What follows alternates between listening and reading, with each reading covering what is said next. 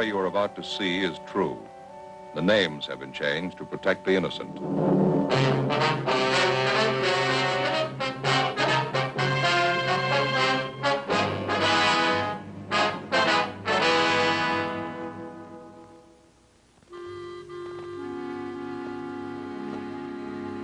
This is the city. Los Angeles, California. I work here. I'm a cop. It was Tuesday, February 3rd. It was cold in Los Angeles. We were working the night watch out of homicide detail. My partner's Frank Smith. The boss is Captain Lorman. My name's Friday. It was 18 minutes past 2 a.m. when we got to number 15 San Jose Street, the Green Light Tavern. A killer was loose in the city. His weapon, a .38 caliber revolver. His objective, robbery and murder.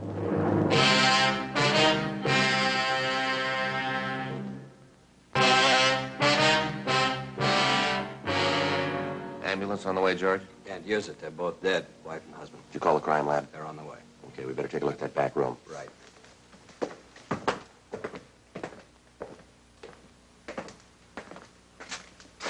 This is the way you found him, Crowley? Nothing's been touched. Safe was open when we got here, cleaned out. Shot twice through the back, both of them. They both dead when you got here? The old man was. She wasn't. She say anything? She said the holdup guy wanted all the money in the safe. The old man gave it to him, pleaded with him not to shoot. Yeah. While I was handing over the money, the old man dropped a $10 bill. He said he was sorry, stooped to pick it up. The guy shot him through the back. Mm-hmm. The woman said she turned to grab her husband. The guy shot her through the back. Did you get a description? She didn't last that long. Tough flip. What were their names? Mr. and Mrs. Enrique Cotero, they ran the place. Good people. They always are. Wonder how much money the guy got. Not enough to pay the check.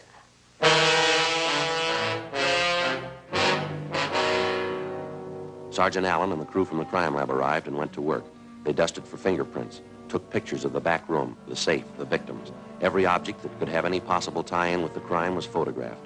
Captain Lorman was with them. Looks like that job over on the east side last month, Skipper. Same M.O.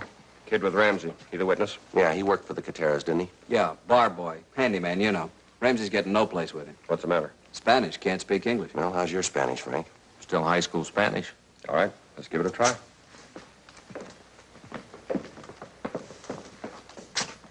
Was he the only one here? When we got here, yeah. Trabaja aquí como bar boy, ¿verdad? Sí, señor. 3 months. Mr. Cotero era muy bueno conmigo. ¿Cómo se llama? Juan Pedillo. Vivo al otro lado de la barra, en la casa de huéspedes. What's he saying, Frank? Well, his name's Juan Padillo. He's been working here for about 3 months. He lives next door in the rooming house. Claims he got along fine with Mr. Cotero. Ask him to tell us how it happened. Everything. Juan, queremos saber exactamente cómo pasó esto. Díganos de todo lo que se acuerda, el tiempo, que tanta gente había, quiénes eran, todos los detalles. Toma su tiempo. Sí. Eran como 5 minutos para las 2. Tiempo de cerrar. Mr. Cotero apenas había cerrado la puerta de enfrente. He says it happened around closing time, 5 minutes to 2. Mr. Cotero had locked up the front door. Siga, Juan. Sí. Yo estaba detrás de la barra. Igualmente la señora Cotero. Estábamos limpiando los vasos y poniéndolos en su lugar. Solo estaba un marchante en la barra. Estaba sentado a la orilla de la barra. Allí. Juan was behind the bar with Mrs. Cotero. They were cleaning up the glasses and putting them away. There was only one customer left. He was sitting at the end of the bar. That stool back there. Yeah, go ahead, Frank. Siga, Juan. El marchante creo que se llama Pete. Estuvo aquí anoche y la noche anterior. Siempre se quedaba hasta que cerrábamos. He says the customer's name was Pete. Was in last night, the night before. Always stayed until closing time. Bueno, Juan, siga. La señora Cotero recogió el dinero del registro y se fue al cuarto de atrás. La oficina está allí. El señor Cotero se sentó con el marchante y bebió con él. Este hombre, Pete. Un minuto. He says about 2 o'clock, Mrs. Cotero took the money from the cash register and went into the back room. La oficina. Yeah, the office. And Mr. Cotero sat down and had a drink with this guy, Pete. All right, what happened then? Luego, ¿qué pasó? Bueno, yo limpié los vasos y como unos cuantos minutos después de las 2, llevé una caja de botellas vacías a la bodega.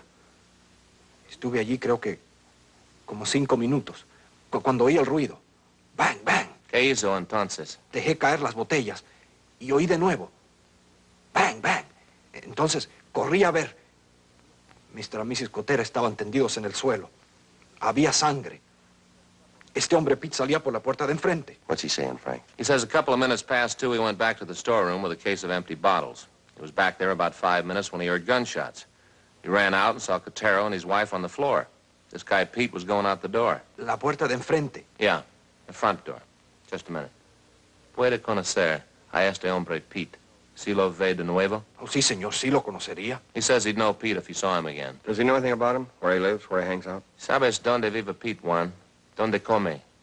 ¿Dónde se mantiene? No, estuvo aquí hoy, anoche y antenoche. Es todo lo que sé, señor. Pete was in here for the past 3 nights. That's all he knows. Ask him if he remembers what Pete was drinking, will you? Yeah. Juan, ¿se acuerda lo que este hombre Pete estaba tomando? ¿Lo que estaba bebiendo? Oh, sí, señor. Scotch y water. Plain water. Toda la noche lo mismo. Scotch and water. Drank the same thing all night. Same guy? Well, it ties in with that other job over on the east side.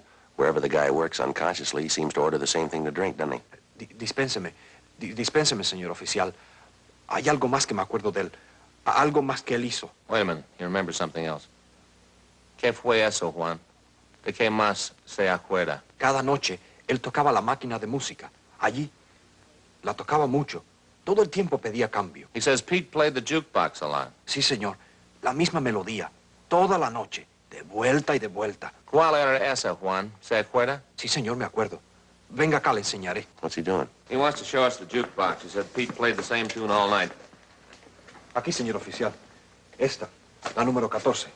La tocaba toda la noche. De vuelta y de vuelta. Funny Man. That's the one. Number 14. Well, tune might be another one of his habits. Let's play it. Go ahead. You got dime? Thanks.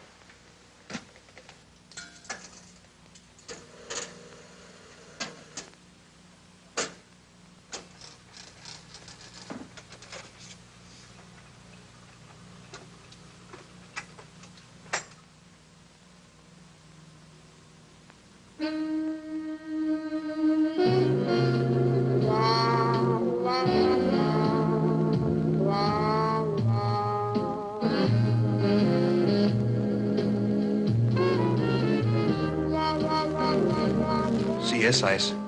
Él tocaba esa. He says that's the one. Must be in every jukebox in town. What does that prove? It's not going to be very much help. A lot of people like that tune. Only one man commits murder to it.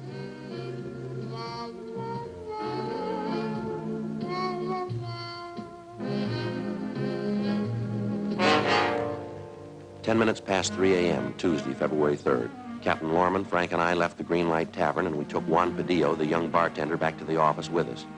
With the help of an interpreter, a police stenographer took down his statement, and then we showed him 3 volumes of coming-out mugshots. Padillo and Frank started looking through them. Captain Lorman and I went across the street to the old city jail building, the crime lab, to see Russ Camp in ballistics. How's it going, Russ? Well, I'm still working on it. It's pretty tough. Why, what's the matter? Right here. This is the bullet that killed that East Side bar owner last month. Yeah. It's from a .38 Colt Special. We know that. It's a metal-piercing bullet. Mm-hmm. Well, the slug's in good shape. We weren't that lucky tonight. How do you mean, Russ? Well, here's the 4 bullets they fired in the back room of the Green Light Tavern tonight. What happened to them? Must have had a heavy load. They penetrated the bodies and buried themselves in the wall and floor. Badly deformed. Yeah. It's going to take some work. Can't tell you much right now. What can you tell us, Russ? Well, I checked the bullets, examined the lands, markings. They got a left-hand twist. And they came from a Colt. Yeah, .38 Colt Special. Same type gun killed that man last month. It's not enough to go to court with, is it? It's enough for us right now. Well, we should get a make on one of these 4 bullets. It'll take a little time. Yeah. Now, you see these 2 slugs? Yeah. Lands, grooves, striations. They're pretty badly mutilated. Mm-hmm. There's no chance for any fancy work there, but we still have a good bit left down here at the base of the bullet. With any kind of a break, you can match him. Oh, I hope so. Grab it, will you, Joe? Yeah, I got it. Crime lab Friday. Yeah, Frank. Yeah. Right away. Smith? Yeah. Juan Padillo just identified the killer. There's his picture.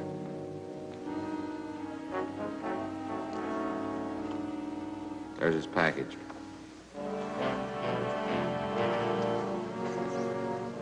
Is Juan sure that's the right man?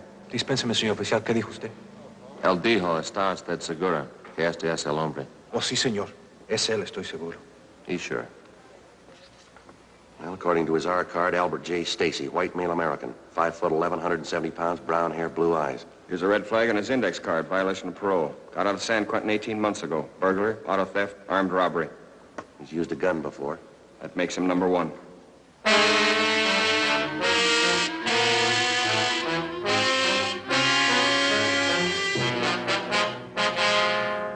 By 4 a.m., an APB and a radiogram on Albert Stacy had been dispatched.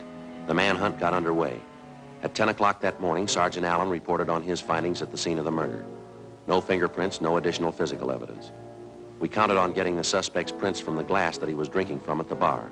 But either Mrs. Cotera or Juan had unknowingly given the killer his first big break.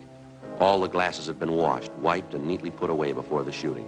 The prints had been destroyed in the process. Just after lunch, Russ Camp and ballistics came up with an answer. The bullets which killed Mr. and Mrs. Cotera came from the same gun which killed the East Side bar owner a month before, a .38 Colt Special.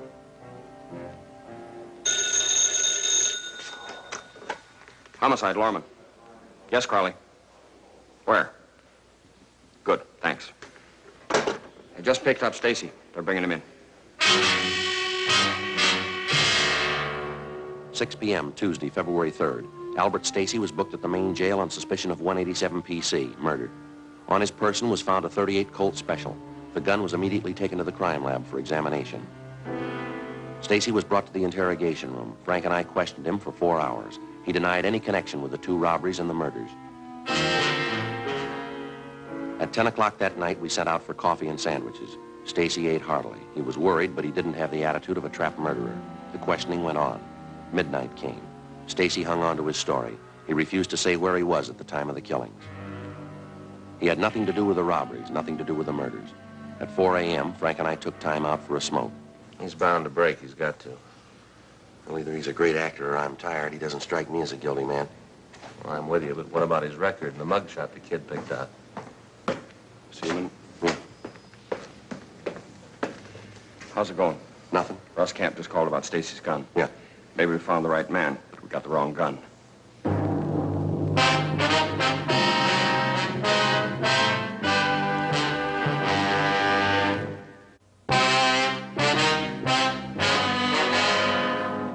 a.m. Wednesday, February 11th. We were refused a complaint against Albert Stacy by the district attorney's office on the grounds that we were unable to present sufficient evidence against him. We then filed on Stacy for violation of the State Penal Code, Chapter 339, Statutes of 1923 as amended 1947, Sub 2, an ex-convict with a gun. We put a hold on Stacy for his parole officer. He was to be returned to San Quentin. Frank and I started all over again from the beginning. A complete description of the suspect, along with his method of operation, was distributed to every tavern and cocktail lounge in the city. A special detail of men from the Metropolitan Division was assigned to stand a special watch between the hours of midnight and 3 a.m.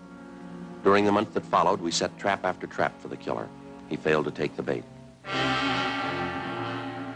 Another month passed. We watched and we waited. 1 a.m. Saturday, April 4th. Frank and I were cruising the central area. Attention, all units. All units. A 211 and shooting in the bar on the corner of Bellevue and Allison. A 211 and shooting in the bar on the corner of Bellevue and Allison. Suspect left the scene on foot. Suspect is wearing dark coat, light trousers. 1R5, take the call. Code 3. Let's go. 1K80, 1K80. 1K80, go ahead. On that call to Bellevue and Allison, we are in the vicinity. We will handle. 1K80, roger. 1K80, any further description on the 211 suspect? 1K80, no further details. Suspect wearing dark coat, light trousers. Left the scene on foot. Code 3. Let's roll it. 2 minutes later, Frank and I got to the Windsor Buffet. The robbery victims were the owners, Mr. and Mrs. Ernest Lineberger. Mrs. Lineberger did all the talking. 1:25 a.m. Frank and I continued questioning Mr. and Mrs. Lineberger. Their description of the suspect, his M.O., and all of his actions matched those of the man who had shot down Mr. and Mrs. Cotera 2 months before, and the East Side bar owner a month before that. The Linebergers told us that the suspect drank only scotch and plain water, and that he played the jukebox incessantly. The same tune, Funny Man. That's right, Funny Man. That's what he played. I got a good look at his wrist, too, his right wrist. What about it? He's got a picture tattooed on the underside. What kind of a picture? Looks like a Cat, a black cat. Do you by any chance have the glass that he was drinking out of? Yeah, it's over by the door. Smashed to bits. Sure, I threw it at him when he ran out the door. 2:12 a.m. Frank and I drove Mr. and Mrs. Lineberger to the office where we took their statements and filled out a crime report.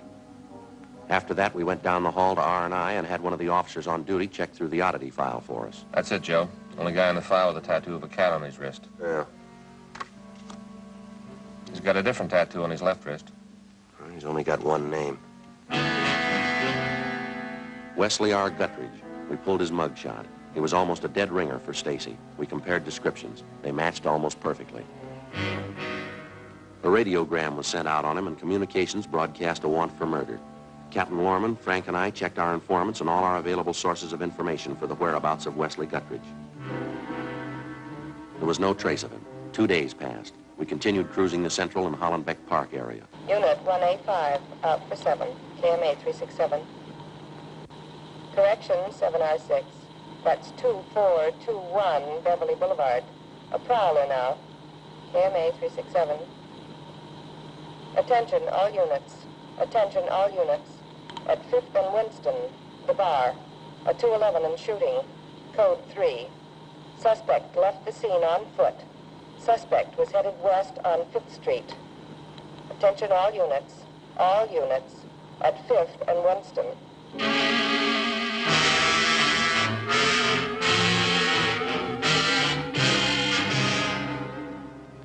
The name of the place was Doris and Jim's. Inside, we found a man lying on the floor, face down. He was dead. There were 3 bullet wounds in his back. Jim gave him the money. Every penny of it. He asked him for it, and Jim gave it to him. He didn't have to shoot him. Didn't have to kill him. We gave him the money. Shut that thing off, will you?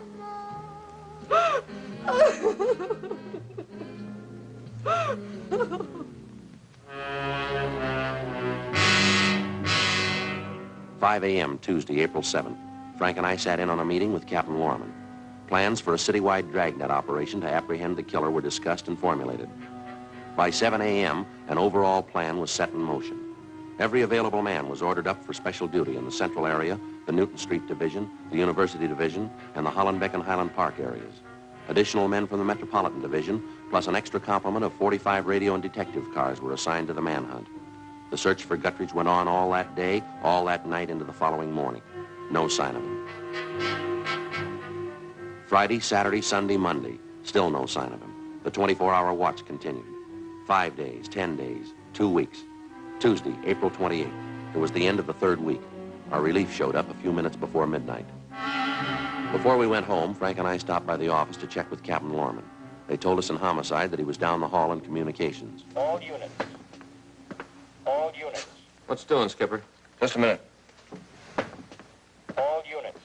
211 and a shooting. In the bar at 1231 North Fremont. 1231 North Fremont. 1K61, handle a call, code 3. 1K61, roger. 1K61, that's Ramsey and Crowley, isn't it? All units, 211 suspect has been identified by victim as Wesley Guttridge, murder suspect. The 1200 block of North Fremont's in the stakeout area, isn't it? Right on the edge of it, I think. Yeah, here it is, right here.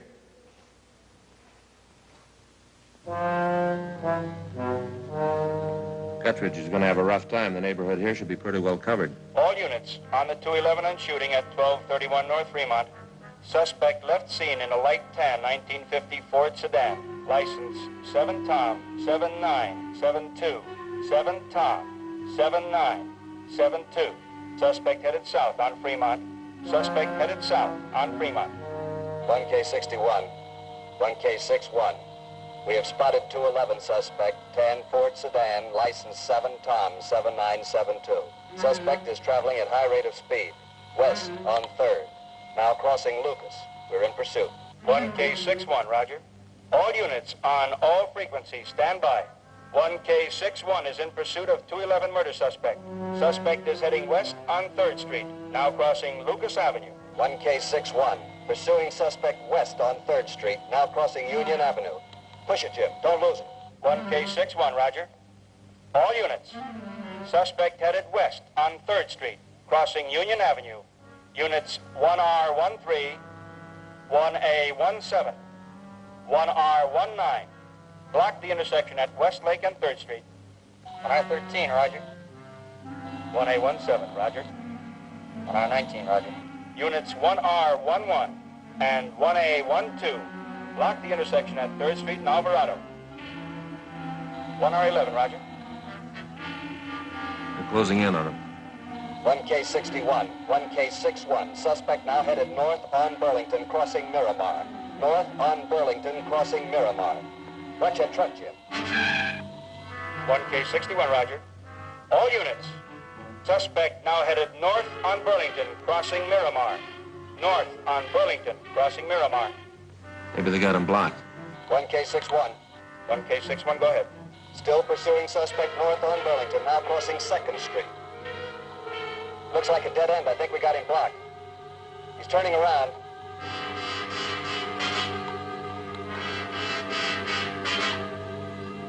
Watch it, Jim. Here he comes. Look out. There goes our windshield. You see all right, Jim? 1K61, 1K61. Maybe you heard it. He got by us. Suspect now headed east on Beverly Boulevard, crossing Belmont. Are you receiving us? 1K61, we are receiving you. All units. Suspect now headed east on Beverly Boulevard, now crossing Belmont. 1K61 is in pursuit. 1K61. Suspect just turned off Beverly onto Figueroa, heading north on Figueroa, crossing Temple. Just a minute, hold it. He just turned down Alpine. Hold it. Turned again. Suspect now headed north on Alameda, headed for the Southern Pacific train yards. Now crossing North Broadway, going into the yards. Don't lose him, Jim. All units. All units. Converge on Southern Pacific train yards. All units. Converge on Southern Pacific train yards. From North Main to the river. From Alhambra Avenue to Macy Street. Suspect is in the yards. Suspect is in the yards. Not making it easy. He's got nothing to lose. 1K61. 1K61. 1K61, come in.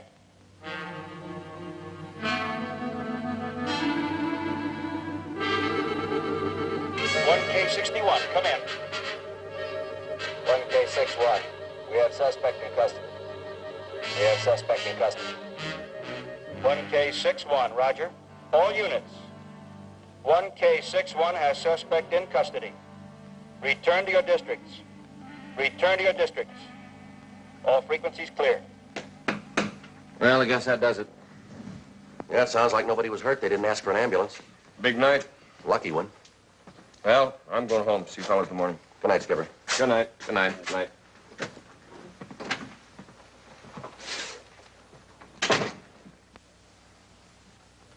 KMA 367. Time check, 12:30 a.m. How about that? What's the matter? This wristwatch of mine. Jeweler worked the whole thing over. Gave it a complete overhaul. Look at that, Joe. 5 minutes slow. Wait till I talk to that jeweler. Well, how long ago did he work on it? Well, just 4 or 5 years ago. Why? Good night, Frank. Yeah.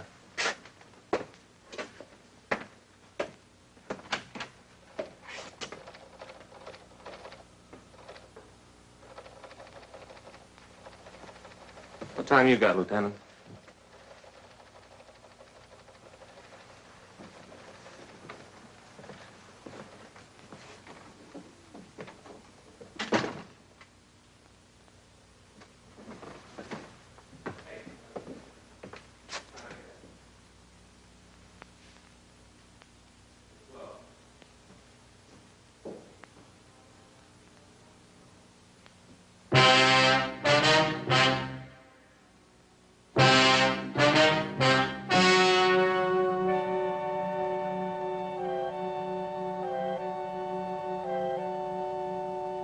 On August 28th, trial was held in Department 82, Superior Court of the State of California, in and for the County of Los Angeles.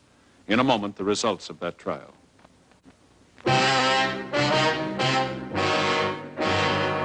The suspect was tried and convicted of murder in the first degree.